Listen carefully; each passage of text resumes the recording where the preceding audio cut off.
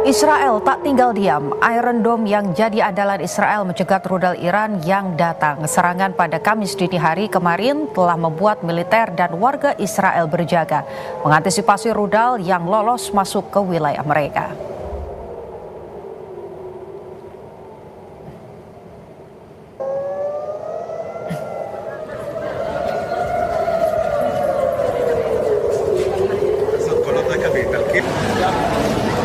Warga Israel berbondong-bondong menuju tempat perlindungan bawah tanah di Tel Aviv seiring serangan balasan dari Iran dan juga Hizbullah. Serangan memicu sirene darurat meraung secara terus-menerus di seluruh negeri.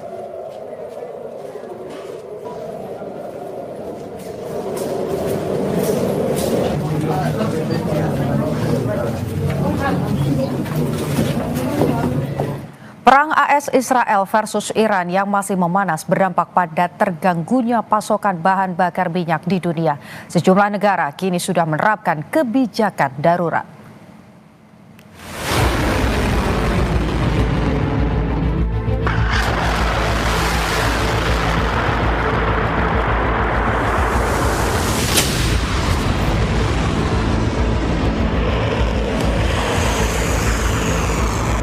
Perang yang masih memanas di Timur Tengah berpotensi memicu krisis energi dan memaksa sejumlah negara mengambil kebijakan darurat demi menghemat bahan bakar minyak. Presiden Filipina Ferdinand Marcos Jr. menyebut pemerintahnya menyiapkan langkah mengurangi dampak kenaikan harga BBM dengan menerapkan sistem kerja 4 hari seminggu di beberapa kantor pemerintah. Pemerintah Myanmar sejak 7 Maret telah meluncurkan sistem penjatahan bahan bakar untuk kendaraan pribadi. Pemerintah Myanmar memberlakukan skema ganjil genap untuk plat nomor kendaraan kecuali kendaraan listrik.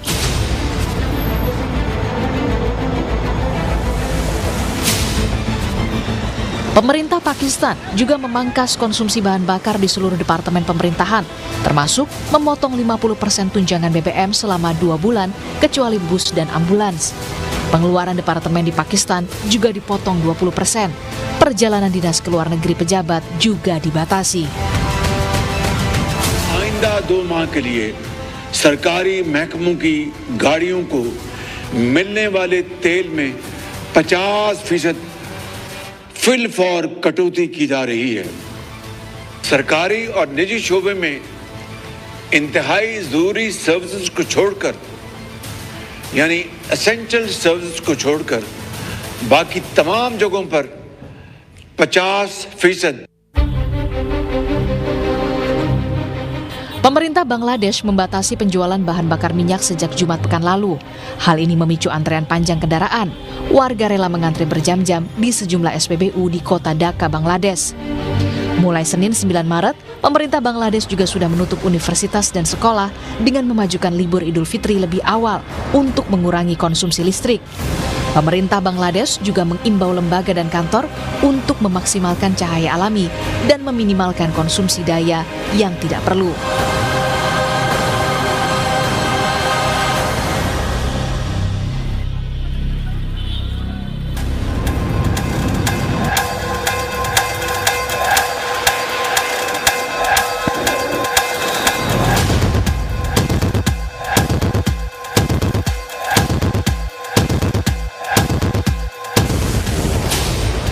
Perang antara Amerika Serikat dan Israel dengan Iran terus memanas.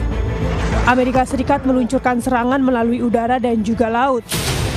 12 hari usai serangan perdana yang menyebabkan pemimpin tertinggi Iran, Ayatullah Ali Khamenei meninggal, Presiden Donald Trump mengklaim bahwa Amerika Serikat telah memenangkan perang di Iran.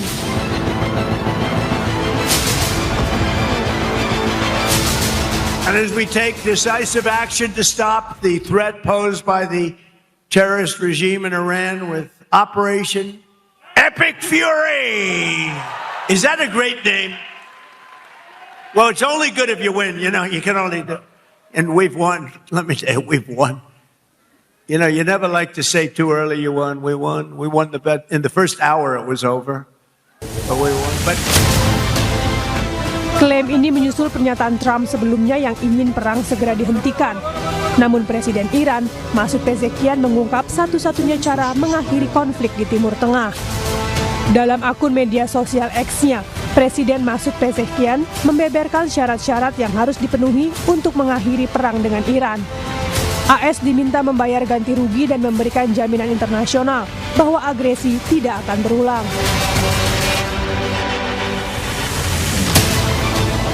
Sebelumnya Pezeshkian mengecam serangan Amerika dan Israel dan berjanji akan menghadapi siapapun yang menyerang Iran dan akan membalas. ما به کسانی که به کشور ما حمله کنند با قدرت ایستادیم، با قدرت پاسخ خواهیم داد و ملت ما و مردم ما و قطعا نیروهای مسلح ما و همه بسیجیانی که هستند در تمام نقاط کشور حضور دارند و با تمام وجود از مملکتمون دفاع خواهند کرد و خوابی رو که اونا دیدن قطعا آشفته خواهند کرد. Amerika, Israel, dan Iran masih saling adu kekuatan militer. Dampaknya juga dirasakan dunia karena terganggunya keamanan di Selat Hormuz, jalur utama perdagangan minyak dunia.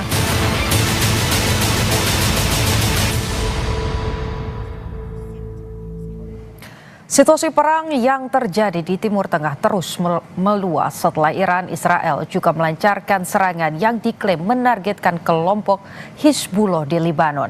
Dampak perang juga dirasakan secara ekonomi, politik, bahkan meluas ke olahraga setelah timnas Iran mundur dari Piala Dunia yang digelar di 3 negara, salah satunya Amerika Serikat. Kita terhubung dengan dosen Departemen Hubungan Internasional FISIP UNER dan Koordinator Laboratorium Center for Strategic and Global Studies Muhammad Ayub Mirdad. Selamat sore dengan Putu di studio. Ya, selamat sore Pak Putu. Oke, suara saya terdengar jelas di sana ya Pak? Jelas. Ya. Baik, melihat situasi atau serangan ke Lebanon yang menyebabkan ratusan warga sipil tewas, bagaimana Anda melihat ini? Apa eskalasi yang akan muncul ketika kemudian Lebanon ini juga memanas? Baik, sebenarnya situasi ini sudah cukup diperkirakan akan terjadi. Karena ketika mulai serangan ke Iran dari wilayah Israel dan Amerika Serikat, proksi-proksi Iran di kawasan ini sudah dari lama sudah siap untuk akan menyerang lagi ke Israel. Jadi tapi situasi saat ini di Beirut atau di ibu kota Lebanon cukup berbeda dengan konflik tahun 2024 atau 2025. Karena saat ini Israel ini serangannya cukup meluas ke wilayah-wilayah yang sebelumnya tidak pernah menargetkan warga sipil. Bahkan di salah satu kawasan di Beirut itu namanya Nab'a yang kelompok atau komunitas minoritas yang tinggal di sana dari Armenia itu juga kemarin disasar dan ada korban jiwanya juga. Intinya Israel saat ini tidak peduli siapa yang akan menjadi korban serangannya. Yang penting cukup menyerang dan eskalasinya cukup besar terhadap Lebanon masuk Iran yang masih berlangsung saat ini. Kalau melihat catatan saya begitu ya pada serangan yang terjadi pada Kamis kemarin, salah satu yang kemudian diserang ini kalau klaim dari Israel tentunya ini menyampaikan bahwa kami hanya menyerang titik-titik atau basis-basis dari Hizbullah saja. Tapi kalau Anda bisa menggambarkan kepada penonton Kompas TV, sebetulnya yang ditarget, titik-titik yang ditarget oleh Israel di Lebanon ini apakah memang banyak anggota sipil, masyarakat sipil, atau seperti klaim dari Israel bahwa itu adalah basis-basis dari proksi Hizbullah tadi? Nah, betul. Kalau Israel selalu klaimnya begitu. Kalau kami target kami Hizbullah, target kami. Selalu kalau kita lihat ke belakang itu selalu klaim Israel seperti itu. Tapi apa yang terjadi di realita kita lihat yang puluhan ribu orang tewas warga sipil di Gaza. Misalnya itu semuanya warga sipil yang tidak terlibat dalam perang. Nah saat ini yang terjadi di Lebanon juga warga sipil mereka targetkan. Bagi Israel tidak peduli karena Israel salah satu negara yang bunuh siapapun dan tidak menghormati hukum internasional. Bagi Israel siapa yang jadi korbannya juga tidak peduli. Itu apakah dari Hezbollah atau dari warga sipil Lebanon. Karena hasil dari serangan Israel yang sampai saat ini korbannya yang begitu ratusan orang tewas dan ratusan ribu mengungsi dari Beirut ke tempat-tempat lain, itu semuanya warga sipil sebenarnya, bukan mayoritas dari Hezbollah. Oke, dari catatan saya juga bisa dikoreksi kalau misalnya ada yang perlu diperbaiki.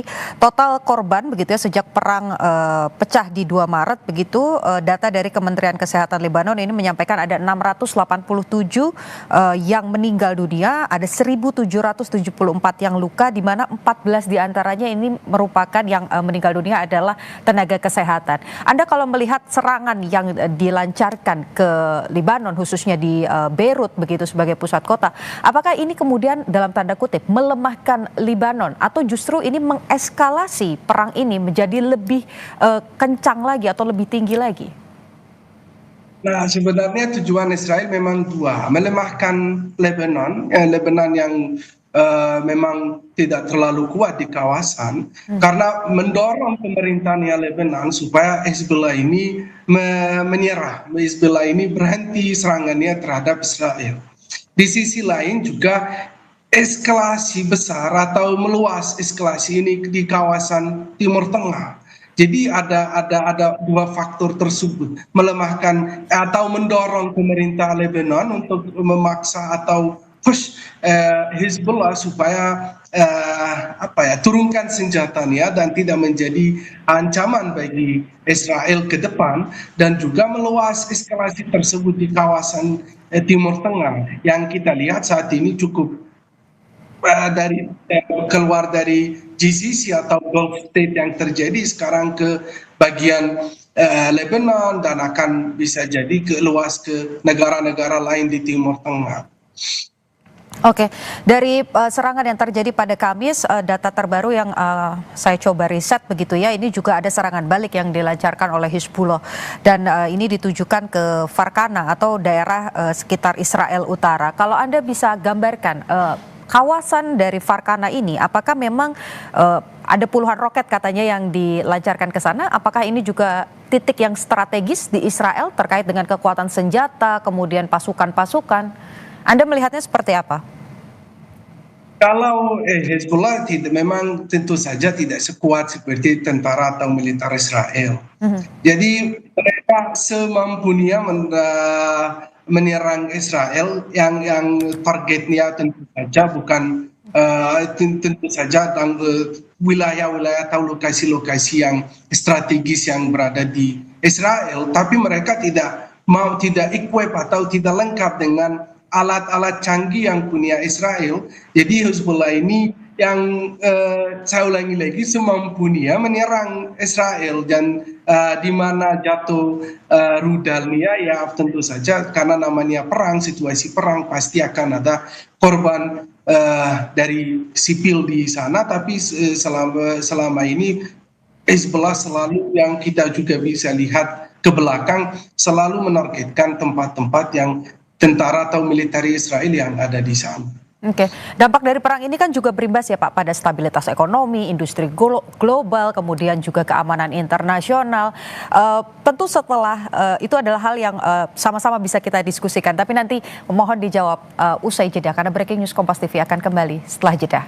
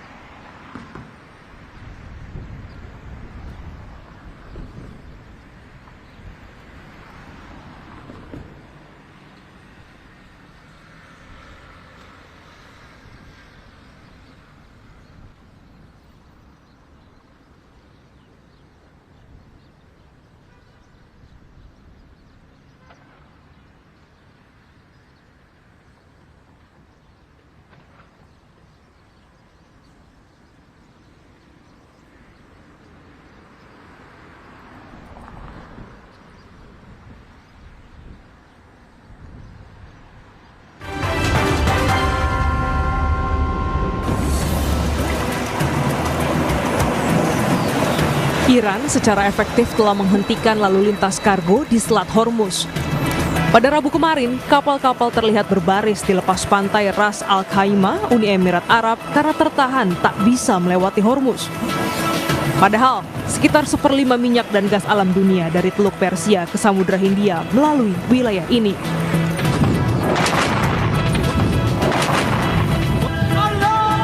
Garda Revolusi Iran menyerang kapal berbendera Kepulauan Marshall dan Malta di Teluk Persia dengan menggunakan drone bawah laut.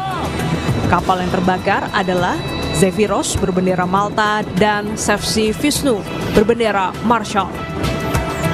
Akibatnya, 1 awak kapal tewas dan 38 lainnya berhasil dievakuasi.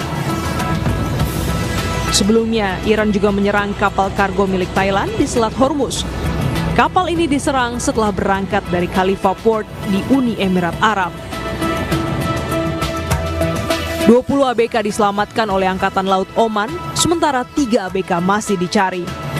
Militer Iran mengancam tidak mengizinkan kapal pembawa minyak melewati Selat Hormuz.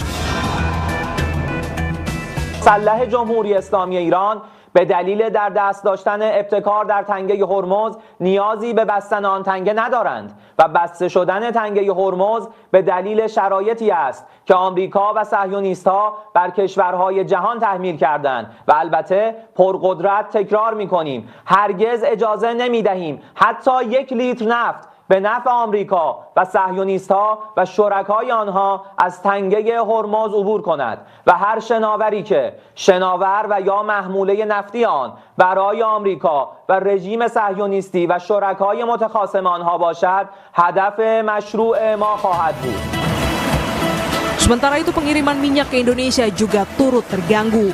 2 dari 4 kapal Pertamina hingga kini masih terjebak di Selat Hormuz. Sementara kapal Paragon dan Rinjani sudah keluar dari Selat Hormuz, masing-masing mengarah ke Kenya dan India. Pertamina terus melakukan koordinasi dengan berbagai pihak, termasuk Kementerian Luar Negeri, agar 2 kapal bisa kembali beroperasi.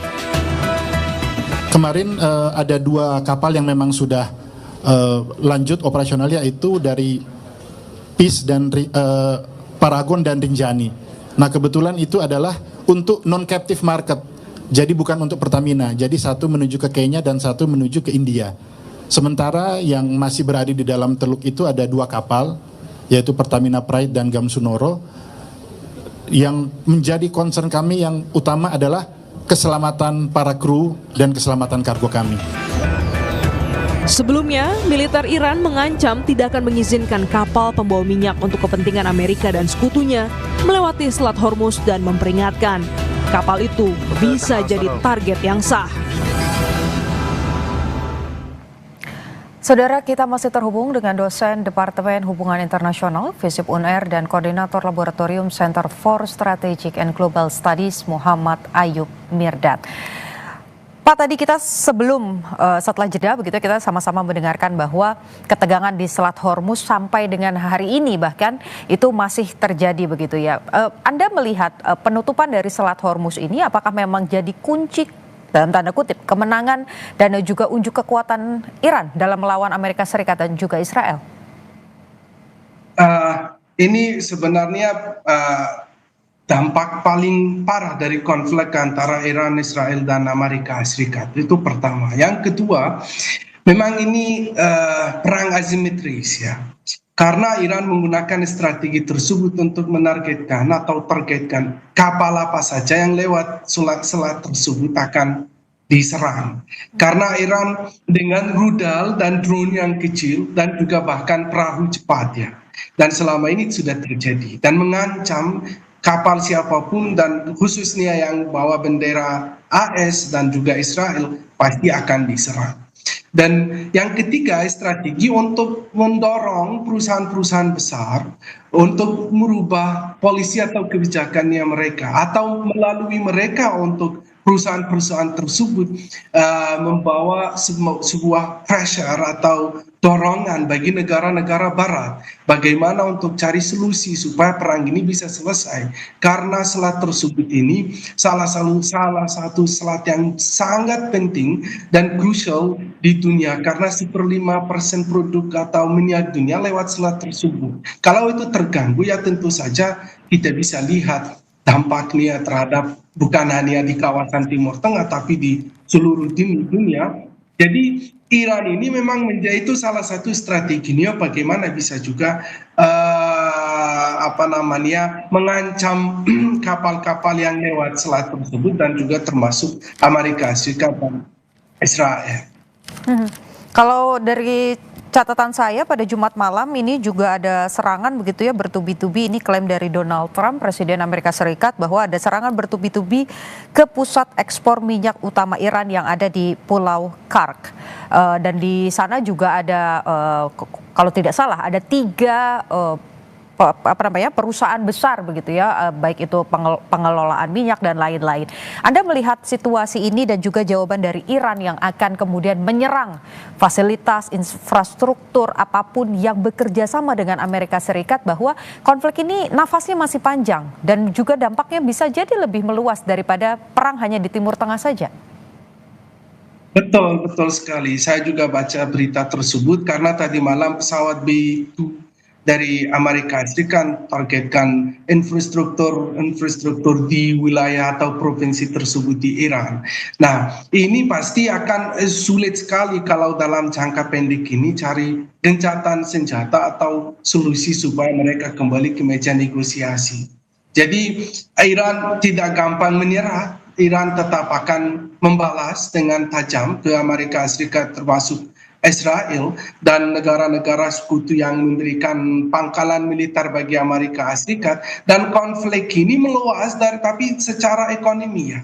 Meluasnya karena pengaruh ekonomi dan bahan harga minyak, harga-harga bahan baku dan lain-lainnya tentu saja akan sangat dalam jangka pendek meningkat, dan begitu jangka panjangnya akan pengaruhnya lebih besar bagi ekonomi makro maupun ekonomi mikro setiap negara, termasuk negara kita Indonesia. Kalau kita lihat ini kan perangnya bukan hanya soal serang menyerang basis militer begitu ya, tapi sudah ke infrastruktur energi. Dan tadi juga Anda sempat sebutkan bahwa dampaknya ini bisa kemudian berdampak besar pada ekonomi dunia, termasuk juga pada Indonesia. Kalau Anda lihat, apa yang paling mengkhawatirkan? Yang kalau misalnya kalau lihat kondisi Indonesia saat ini, bukan hanya Indonesia saja, tapi semua negara paling bisa tahan tidak terlalu lama. Karena kalau kita lihat Menteri Pak Bahlil bilang kami cadangan minyaknya hanya 20 hari. Nah, anggap aja lebih dari 20 hari. Tapi sampai berapa lama? Karena saya katakan begini, Indonesia ini memang kaya, negara kaya, punya sumber alam, tapi miskin karena tidak punya infrastruktur yang cukup untuk cadangan minyaknya, cadangan makanan atau produk lain, barang lain seperti beras dan lain-lainnya. Jadi ini ancaman bukan hanya bagi Indonesia tapi bagi seluruh dunia, karena kita lihat Pakistan, Filipina, beberapa negara sudah mulai ambil kebijakan untuk supaya tidak energinya tetap bisa stabil dalam beberapa minggu ke depan. Tapi setelah itu bagaimana kalau perang ini berlangsung terus? Jadi perlu keterlibatan negara-negara untuk mendorong melalui forum-forum internasional, termasuk peran Indonesia ini saat ini sangat-sangat penting supaya cari solusi. Ada yang pertama harus gencatan senjata, karena ada 2-3 hal ya. Yang pertama ini bulan suci Ramadan. Kalau kita lihat dalam sejarah Islam maupun di luar Islam, ada bulan-bulan tertentu dilarang atau bulan-bulan terlarang perang, tidak terjadi perang di bulan-bulan tersebut. Yang kedua, kita mendekati minggu depan mulai Lebaran. Ini Idul Fitri, salah satu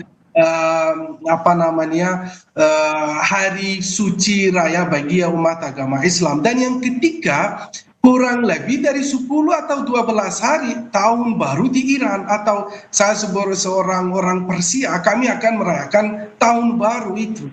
Jadi ada 3 momen yang cukup penting, suci dan bersejarah bagi bagi Iran dan juga bagi umat Islam. Dan di sini peran Indonesia sebagai negara terbesar Muslim dan juga sebagai negara keempat demokrasi terbesar di dunia punya peran yang sangat penting untuk menyuarakan suaranya di forum-forum internasional, di PBB, di OKI, Organisasi Kerjasama Islam, melalui di G20, di ASEAN pun juga, supaya bisa cari solusi dan juga mendorong pihak-pihak tersebut bagaimana mereka bisa kembali lagi ke diplomasi, ke negosiasi, dan berhenti perang tersebut ini. Karena saya lihat Iran tidak akan berhenti. Sebelum saya kembalikan ke Anda, kami dalam bahasa Persia ada saying atau proverb atau quote ya.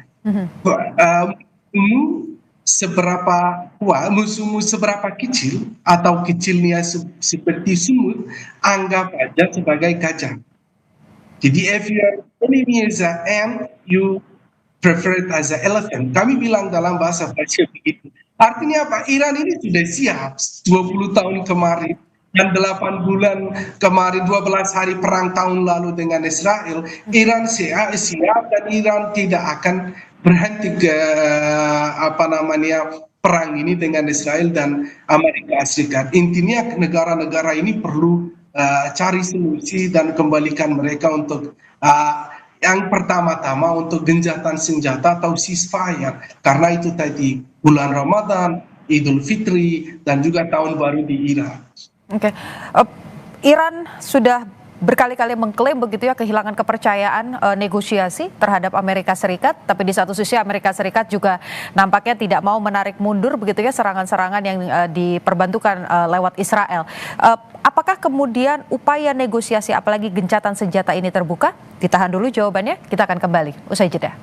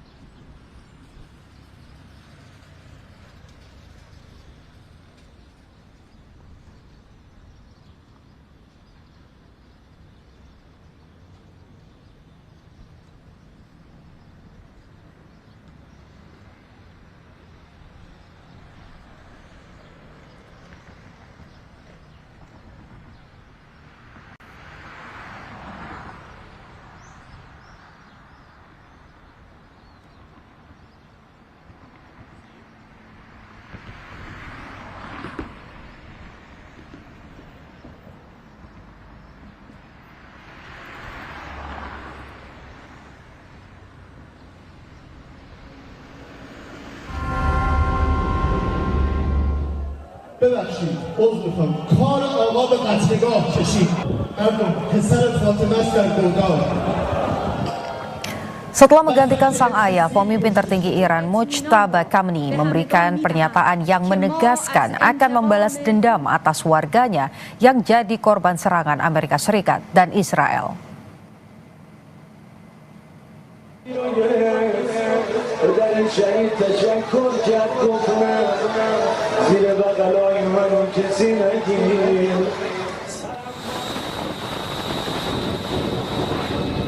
Sementara Presiden Amerika Serikat Donald Trump mengklaim pasukan Amerika Serikat telah menang sejak serangan pertama di Iran. Namun Trump menyebut tidak ingin pergi lebih awal karena pekerjaan belum selesai. We've won. Let me say it, we've won. You know, you never like to say too early you won. We won. We won the bet. In the first hour, it was over. We don't want to leave early, do we, huh? We got to finish the job, right? Over the past 11 days, our military has virtually destroyed Iran. Masih terhubung dengan dosen Departemen Hubungan Internasional FISIP UNER dan Koordinator Laboratorium Center for Strategic and Global Studies Muhammad Ayub Mirdad. Pak, tadi sudah ada tayangan begitu ya yang memperlihatkan bagaimana statement dari Iran yang juga berkali-kali rasanya disampaikan kepada publik sudah jengah negosiasi dengan Amerika Serikat ataupun juga dengan Israel karena terus dikhianati. Di satu sisi Israel dan juga Amerika Serikat terus mengklaim bahwa dia sudah menang dalam perang ini. Anda tadi meminta agar dunia atau negara-negara barat ini mengambil sikap untuk menghentikan dan juga mendorong ceasefire atau gencatan senjata. Apa yang kemudian bisa dibawa dalam perundingan PBB misalnya untuk kemudian menengahi kedua belah pihak atau dalam hal ini tiga belah pihak, Amerika Serikat, Israel dan juga Iran? Memang situasi saat ini cukup kompleks dan cukup sulit ya, karena Amerika Serikat sama Israel bersama-sama menyerang Iran waktu saat negosiasi masih berjalan. Nah, dan Iran selalu dan saat ini memang cukup Iran tidak mau atau selalu menolak karena merasa tidak ada kepercayaan, terutama setelah serangan Amerika Serikat dan Israel. Karena itu terjadi ketika proses diplomasi masih berjalan. Nah, jadi kuncinya untuk kembali ke meja diplomasi, negosiasi, yang pertama yang lakukan Amerika Serikat dan termasuk Israel, deeskalasi ya terlebih dahulu. Misalnya penghentian serangan dan juga seperti yang Presiden Pezeshkian atau Presiden Iran minta jaminan keamanan. Tapi yang pertama paling penting itu deeskalasi atau immediate ceasefire supaya bisa kembali untuk negosiasi lagi, walaupun itu tidak hal yang gampang, tapi itu bisa salah satu tahap pertama atau langkah pertama untuk negosiasinya. Kalau tidak ada deeskalasi ya tentu saja pihak-pihak yang terlibat dalam perang ini tidak mau kembali ke negosiasi. Nah, kalau sudah ada deeskalasi dan juga itu bisa juga mulai mencarikan atau diperlukan mediator ya. Seperti biasa dalam negosiasi harus ada mediator, dan mediator itu selama ini ada dari Oman, ada dari Qatar, ada dari berbagai negara yang terlibat dalam negosiasi dengan Amerika Serikat dan Iran. Tapi Indonesia juga bisa sebagai negara yang non-blok ya, tidak di sisi siapa atau pihak siapapun, bisa memfasilitasi dialog dan juga terlibat dalam negosiasi antara AS atau Amerika Serikat dengan Iran. Saya ulangi lagi, kalau deeskalasi ini terjadi. Tapi kalau tidak ada deeskalasi ya tentu saja susah untuk negosiasi. Tapi Anda yakin bahwa Amerika Serikat mau mendengar? Terakhir katanya ada telepon begitu dari Presiden Putin dari Rusia yang juga berbicara soal perang dan juga situasi di Timur Tengah, tapi diabaikan oleh Trump, meminta Putin fokus pada Ukraina. Kemudian juga PBB beberapa kali begitu ya mencoba membangun atau membuka ruang, tapi Trump nampaknya tidak peduli. Anda yakin bahwa Amerika Serikat akan mendengarkan upaya tawaran negosiasi ataupun juga ceasefire ini? Memang Trump melanggar hukum internasional ketika melakukan agresi dan invasi ke Iran ya. Tapi Rusia dan Tiongkok atau Cina juga berada di sisi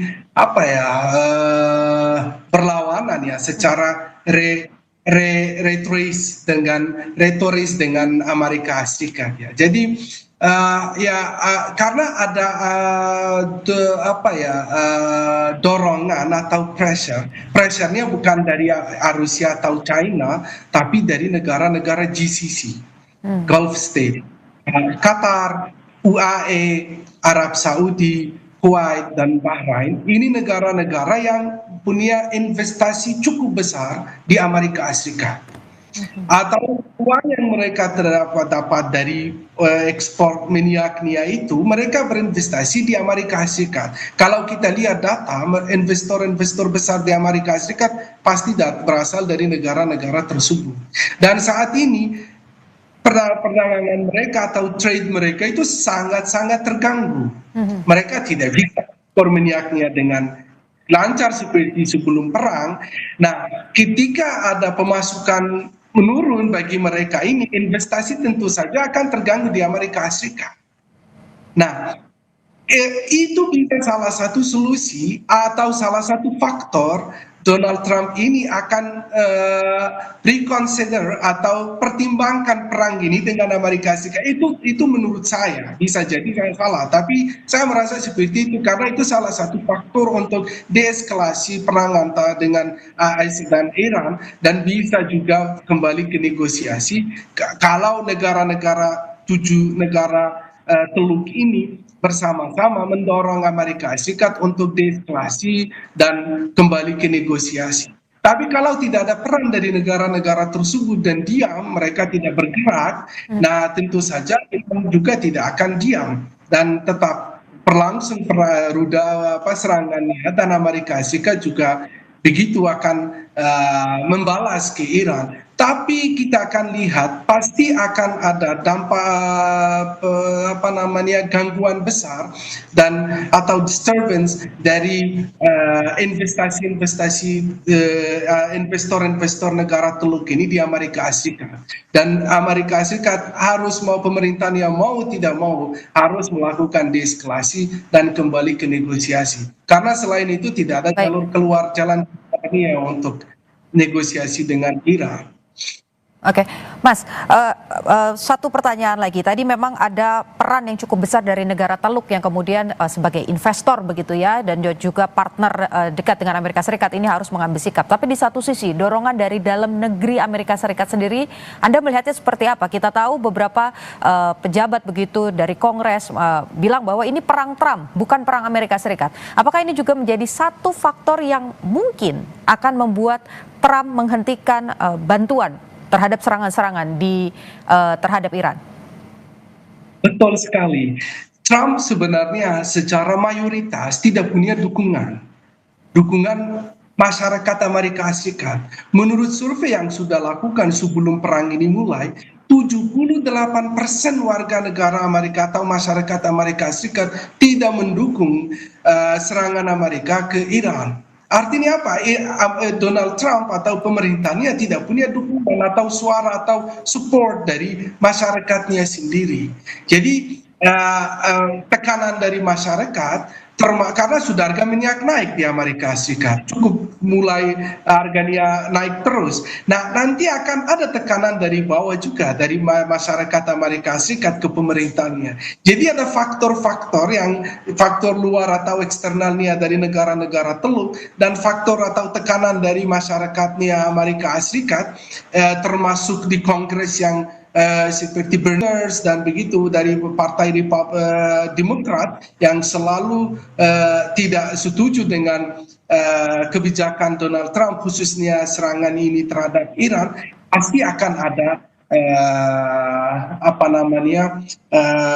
pengaruh terhadap deeskalasi di Iran. Tapi susah, kan itu akan terjadi secara serta-merta cepat sekali. Tapi kita secara ini dua faktor tersebut ini bisa salah bagi melakukan deeskalasi antara dua negara ini, termasuk nanti tentu saja Israel.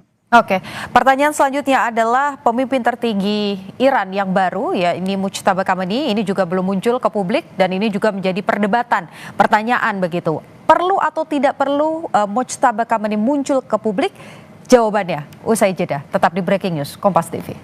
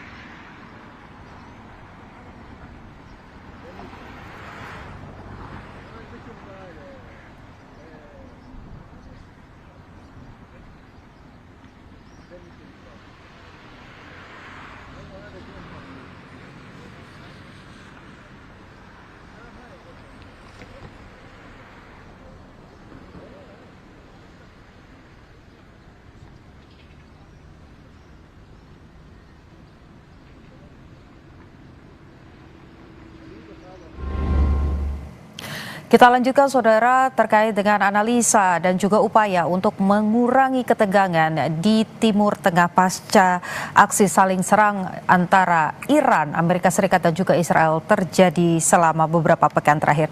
Kita masih terhubung dengan dosen Departemen Hubungan Internasional FISIP UNER dan Koordinator Laboratorium Center for Strategic and Global Studies Muhammad Ayub Mirdad. Tadi sebelum jeda, pertanyaan terakhir adalah terkait dengan kemunculan dari pemimpin tertinggi Iran yang baru, yakni Mujtaba Khamenei. Anda melihat apakah Mujtaba harus tampil di muka publik untuk menunjukkan kekuatan dari Iran atau tidak? Karena situasi saat ini, kalau dari sisi legitimasi atau legitimasi, tentu saja dia harus muncul ya. Tapi Mujtaba Khamenei ini yang cukup dikenal sebagai figur yang sudah selama bertahun-tahun tidak pernah juga muncul atau memberikan ceramah atau khutbah di pas Jumatan. Dia tidak atau memberikan pidato politik, bahkan Iran sendiri tidak pernah dengar sebelum dia jadi pemimpin atau dari. Tapi sekarang sebagai pemimpin tertinggi baru, ya justru berbahaya kalau karena kalau dia tidak muncul lama ya. Ini karena pesannya kepada rezim, hanya akan menganggap rezim sudah kolaps. Itu satu yang pertama. Tapi yang kedua, Mujtaba Khamenei ini muncul atau tidak muncul, militer di sana khususnya IRGC itu tetap melakukan tugasnya. Jadi bagi mereka itu Mujtaba Khamenei ini muncul atau tidak muncul, mereka sedang memberikan balasan ke Amerika Serikat dan AS, dan juga pemerintah tetap berada di posisi yang cukup kuat. Jadi dan yang ketiga, faktor keamanannya Mujtaba Khamenei, karena ada reward ya $10 juta, bukan hanya bagi Mujtaba Khamenei saja, tapi bagi beberapa petinggi Iran yang ada dari pejabat-pejabat tinggi Iran. Dan 2-3 hari yang lalu saya lihat dari AS, Amerika Serikat, siapapun yang bisa menunjukkan tempat keberadaan mereka akan Amerika Serikat akan memberikan $10 juta. Jadi ini ada faktor keamanan karena situasi dalam perang, pemimpin tertinggi Iran ya lebih memilih untuk sembunyikan dirinya supaya tidak terjadi seperti yang terjadi dengan ayahnya. Jadi intinya walaupun dia muncul atau tidak muncul, pemerintah tetap berjalan melakukan tugasnya dengan seperti sedia kala atau biasa. Oke, jadi tanpa muncul ke publik pun Mujtaba Khamenei ini Anda pandang masih berfungsi begitu ya sebagai pemimpin tertinggi. Klaim lain yang kemudian dimunculkan oleh Israel ini adalah juga berkaitan dengan siber. Bagaimana kemudian masyarakat Israel ini diminta untuk mengganti password karena Iran meretas sistem keamanan dari Israel. Anda melihat bahwa perang ini bukan hanya berhenti di senjata-senjata alutsista di mana rudal menghiasi langit Timur Tengah, tapi juga akan bergeser pada perang siber? Tentu saja, karena ini abad 21, senjata perang dunia itu sudah sangat berubah dengan abad ke-20. Ini perang bisa katakan hybrid war ya, karena tidak hanya menggunakan senjata saja, tapi perang siber itu juga bukan baru sekali ini terjadi, tapi sebelumnya juga. Jadi perang siber ini sudah punya juga berkali-kali terjadi di Iran dan juga di Israel, dan akan terjadi lagi karena mereka punya tahun 2010 kalau saya tidak salah itu ada perang cyber attack di Iran dan untuk terhadap senjata nuklearnya itu. Baik. Jadi ini war juga saya bisa katakan di sisi lain karena mereka menggunakan apapun yang bisa hurt atau harm atau membawa kerusakan bagi musuh, mereka akan lakukan, termasuk cyber war juga.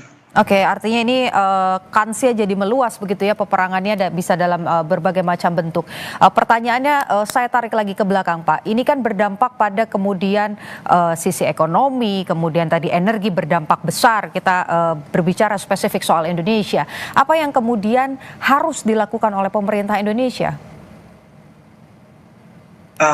Pemerintah Indonesia harus kalau kita lihat negara-negara lain sudah mulai ada beberapa kebijakan baru.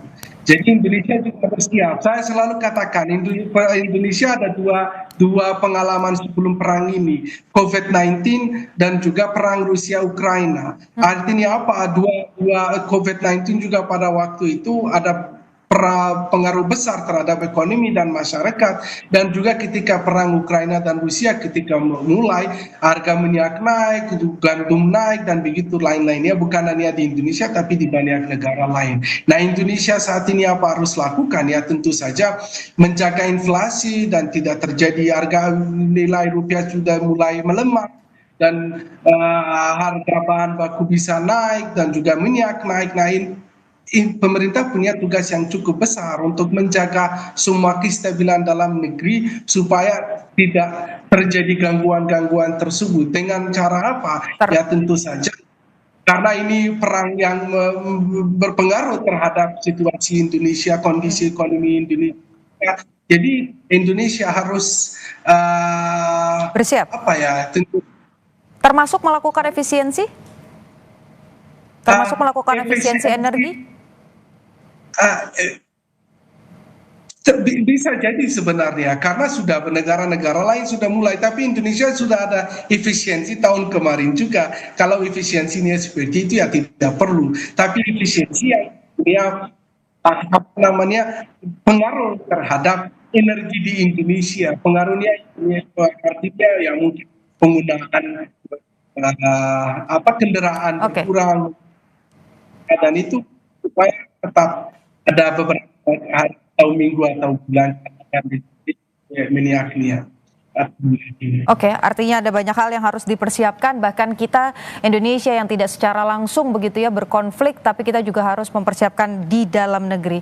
Terutama tadi kita harapkan negara-negara Teluk sebagai investor ini juga mengambil peran untuk menghentikan dan juga mendorong gencatan senjata. Di satu sisi kita juga harus memantau bagaimana dukungan yang kemudian mulai turun di internal begitu di dalam negeri Amerika Serikat, ini juga harapannya bisa mendorong penghentian kekerasan ataupun juga konflik eskalasi yang terjadi di Timur Tengah.